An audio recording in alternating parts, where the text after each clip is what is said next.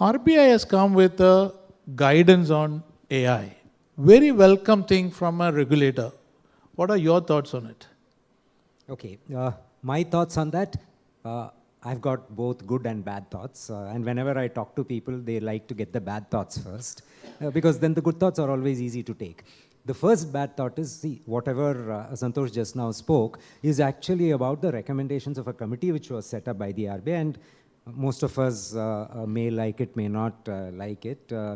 Regulators are generally consultative people, but they are not seen as consultative. They are seen as people who are dictators. Right. In fact, about the recommendations of the Basel Committee in 2021, unfortunately, I was part of that where we signed and we said we have to do it. India adopted it a little later. What has happened is that right now, this committee, which the RBI had actually set up, has come out with recommendations. So the bad news about that is, although it's recommendations, it's more or less that's what is going to be seeing as a way forward. So one good tip, although Santhosh said that I may not give the direct answers, that was only for the first question. The rest of the questions I'm going to give the right direct answers. Those of us who want to use AI in our businesses, especially the financial sector, where there is regulation and where the RBI comes into play as far as regulation is concerned, you can take it that at least 70 to 80% of the recommendations will get implemented in some form. So that's the bad news. We have to get going on the way that the committee has recommended. But what's the good news? The good news is that quite a lot of what we do is now going to be in a manner which is predictable. See, he was just saying regulators make a lot of changes in regulations. That's only to ensure that the customer is protected, and we as financial institutions are also able to function in a manner which is good.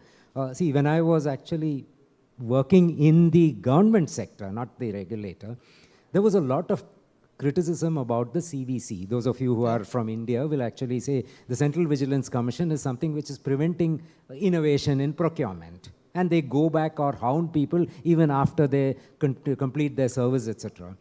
That's right. But when I talk to my private sector friends who do procurement without the CVC, they say at least the CVC is there as a framework. Here, all I have, my framework is my boss, who's the owner. And if he doesn't like, my job is gone. Okay, so which is better?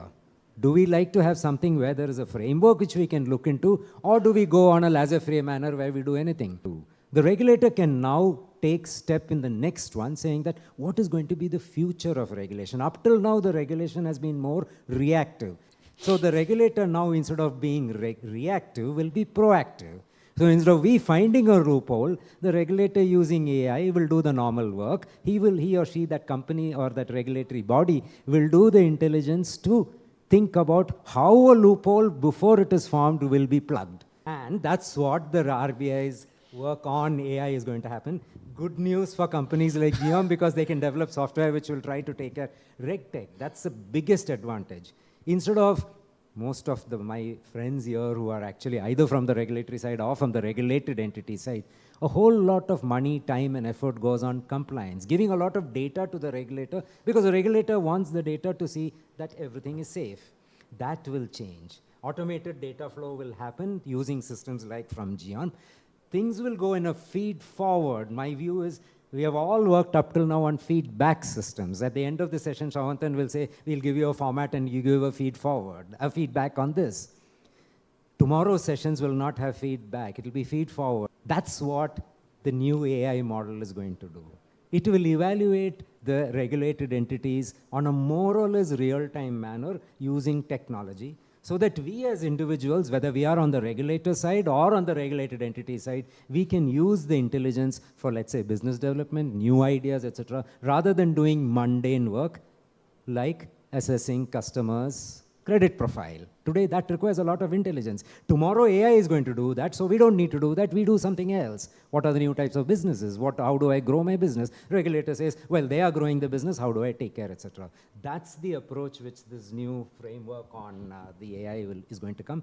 Not going to happen next 1 day, 2 day, or 1 week. It will take a time of, in my view, at least 2 to 3 years. That itself is too optimistic.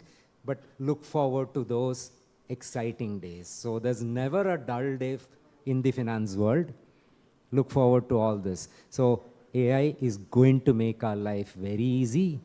and also going to make it very tough because we'll have to start using intelligence for other functions than what we were using till now.